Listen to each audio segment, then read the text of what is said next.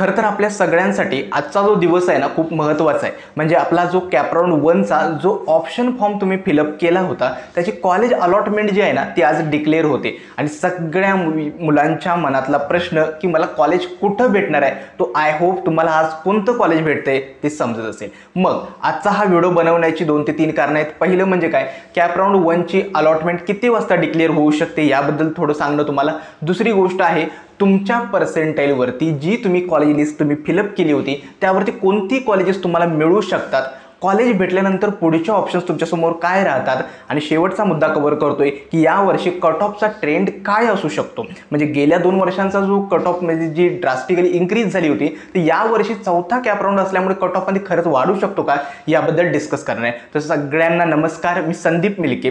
तर सुरुवात करूया आजच्या नवीन व्हिडिओला। आता खरं तर ज्यावेळी तुमचे मार्क्स ज्यावेळी तुमची सीईटी एक्झाम कंप्लीट झाली होती 5 मेला, त्यानंतर ज्यावेळी तुमच्या हातात सीईटी एक्झामचे मार्क्स कळाले त्या दिवसापासून तुम्हाला काय वाटलं की मार्क्सवरून आपल्याला पर्सेंटाइल किती मिळतात। ज्यावेळी पर्सेंटाइल समजले त्यावेळी वाटलं की मला पर्सेंटाइल म्हणावे तितके मिळाले नाहीत, पर्सेंटाइल कमी मिळाले, याच्यावरती कॉलेज कोणतं मिळेल, ब्रँच कुठली मिळेल, आणि त्या दिवसापासून ती ही कॅप प्रोसेस स्टार्ट झालेली आहे आणि इथपर्यंत तुम्ही येऊन पोहोचले आहेत। अर्थात काही मुलांनी काय केलंय तर बहुतांश मुलांनी काय मॅनेजमेंट सीट्स, प्रोव्हिजनल ॲडमिशन्स वगैरे घेऊन ठेवले आहेत, परंतु जी आपली कॅप प्रोसेस आहे ती सगळ्यात महत्त्वाची आहे।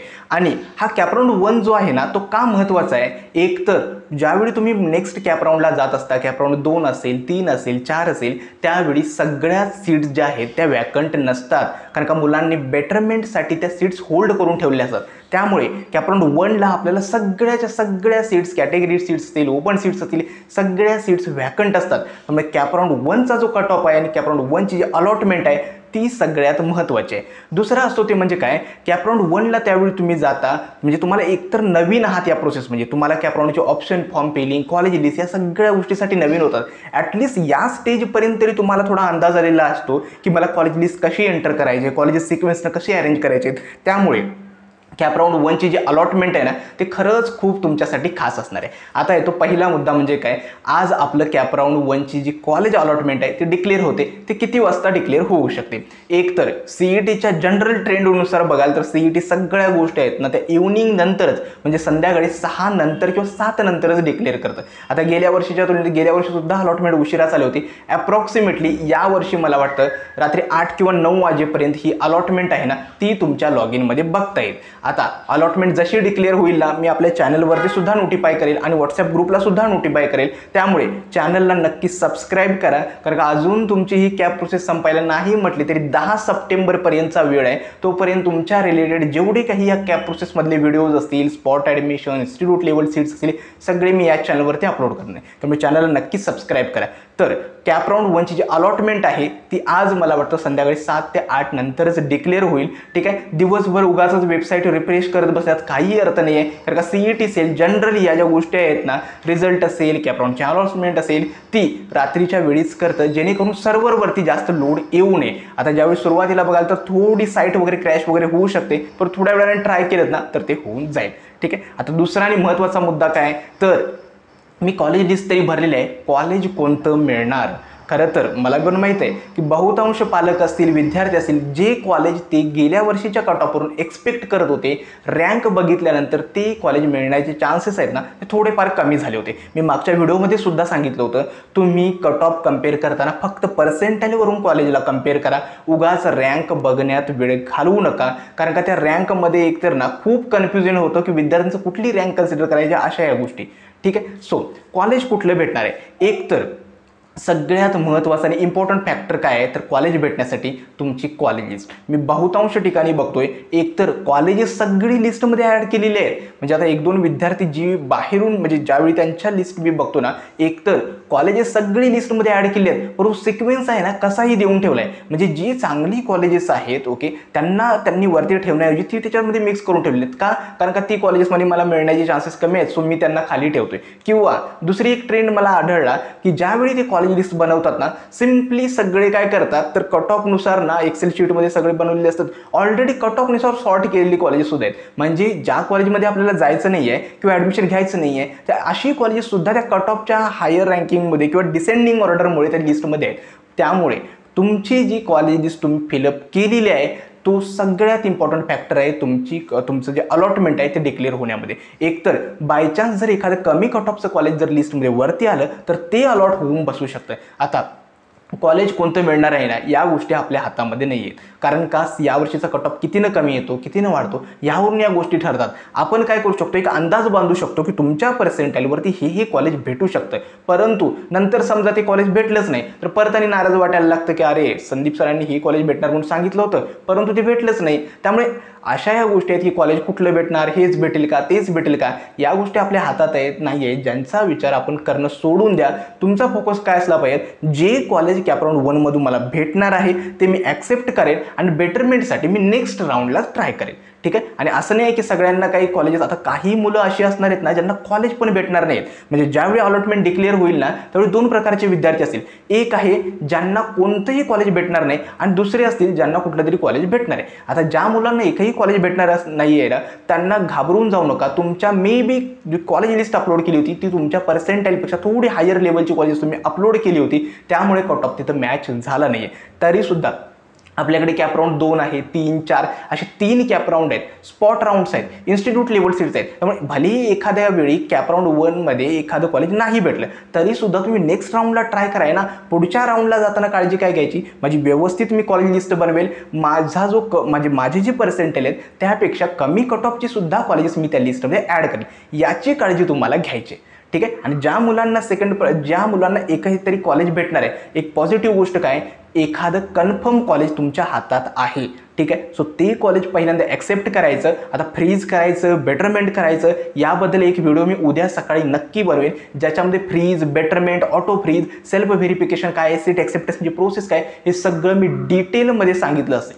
ठीक आहे. सो ज्या मुलांना एखादी तरी कॉलेज भेटलं असेल ते कॉलेज पहिल्यांदा ॲक्सेप्ट करायचं आहे. नाही मला तिथं जायचंच नाही आहे, मला घ्यायचंच नाही आहे, मग कशाला मी सीट ॲक्सेप्ट करू, या गोष्टी करू नका. ॲटलिस्ट जी सीट मिळाली ना ते ॲक्सेप्ट करा आणि पुढच्या राऊंडला बेटरमेंटसाठी जी कॉलेजेस तुम्हाला हवी आहेत ना ती लिस्टमध्ये टाका.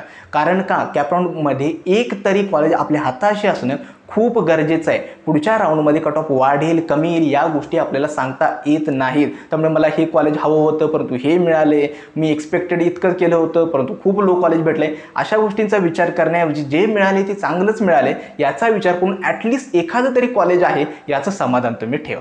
ठीक आहे. आता तिसरा आणि महत्त्वाचा मुद्दा काय, तर यावर्षी कट ऑफचा ट्रेंड काय आहे. बहुतांश ठिकाणी बघतोय की यावर्षी कट ऑफ वाढणार आहेत, रजिस्ट्रेशन्स वाढले आहेत, या सगळ्या गोष्टी आहेतच. ठीक आहे. एक ही निगेटिव्ह गोष्ट आहे की ते मागे आणि काहीतरी स्कॅम्स वगैरे सुरू होते की ज्या विद्यार्थ्यांना 100% 99% मिळाले त्यांचे बोर्डचे मार्क्स वगैरे मॅच होते परंतु CET सेलने याकडे काही लक्ष दिलं नाही. आणि मला माहिती आहे कारण का गेल्या वर्षी तुम्हाला आश्चर्य वाटेल कित्येक मुलांचं जे पर्सेंटाईल आहे ना, जे मार्क्स होते 100+ मार्क्स होते आणि पर्सेंटाईल त्यांना 30-40% मिळाले.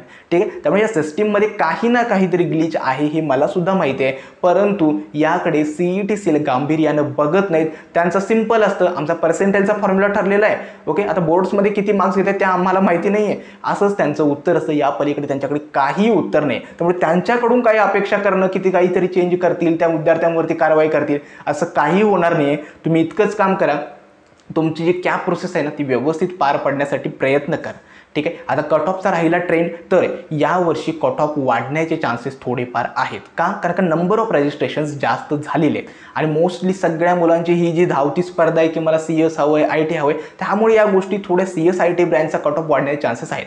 मात्र एक पॉझिटिव्ह गोष्ट काय, तर चौथा कॅपराऊंड अजून आपल्याकडे आहे. चौथा कॅपराऊंड होण्यासाठी म्हणजे जेणेकरून काय होईल, ज्या काही सीट्स खूप शिल्लक राहत होत्या त्याच्यामध्ये ॲटलिस्ट ती मुलं पुढे सरकतील, हा एक चांगली गोष्ट आहे. त्यामुळे काळजी करू नका कट ऑफ वाढेल, कमी होईल, जास्त पण कट ऑफ वाढणार नाही. गेल्या वर्षीचा जर ट्रेंड बघाल तर गेल्या वर्षीच्या ट्रेंडनुसार 95+% जी कॉलेजेस होतं तिथं कम्प्युटर रिलेटेड ब्रँचेसचा जो कट ऑफ होता तो जास्त पण इन्क्रीज झाला नव्हता, थोडाफार डिफरन्स आला होता. दुसरा मात्र 80 to 95च्या दरम्यानची जी कॉलेज आहेत तिथं मात्र कट ऑफमध्ये डिफरन्स जास्त येऊ शकतो, जो यावर्षीसुद्धा ट्रेंड फॉलो होऊ शकतो की 80 to 95% दरम्यानची जी कॉलेज आहेत तिथं कट ऑफ स्लाइटली इन्क्रीज होऊ शकतो. आता पॉझिटिव्ह गोष्ट काय, एक तर कॅपराऊंड 4 सुद्धा आपल्याकडे आहे आणि दुसरं आहे यावर्षी CET सेलने महाराष्ट्रामध्ये जेवढी इंजिनिअरिंग कॉलेज आहेत त्याच्यामध्ये अप्रॉक्सिमेटली 15,000 सीट्स सगळ्या कॉलेजेसमध्ये इन्क्रीज झालेल्या आहेत. ठीक आहे, सगळ्या म्हणजे ऑल ओव्हर महाराष्ट्रामध्ये. त्यामुळे कट ऑफमध्ये जास्त पण फरक येईल असं वाटत नाही.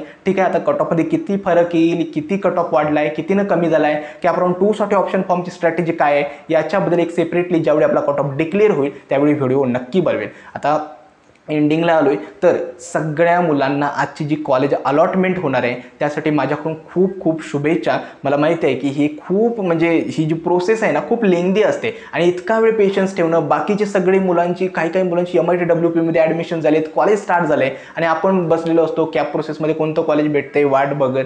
ठीक आहे, या गोष्टीसाठी बाळांनो पेशन्स लागतोय. उगाचच एका स्टेपनं चांगलं कॉलेज मिळतंय म्हणून आपल्या पालकांचे लाखभर पैसे एक्स्ट्रा घालवण्यात काही अर्थ नाही आहे. ॲटलिस्ट जे कॉलेज तुम्हाला कॅप प्रोसेसमध्ये मिळतं आहे तुम्हाला फी कन्सेशन गव्हर्नमेंट MHA-DBT देते जेणेकरून तुम्हाला तुमच्या खर्चासाठी काही म्हणजे तुम्हाला थोडं तरी फी कन्सेशन भेटते.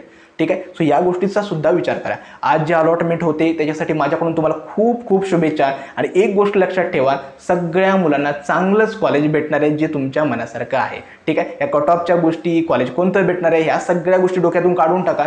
सगळ्यांना चांगली आणि मनासारखीच कॉलेजेस भेटणार आहे. तर आजचा हा व्हिडिओ मी येथेच थांबवतो.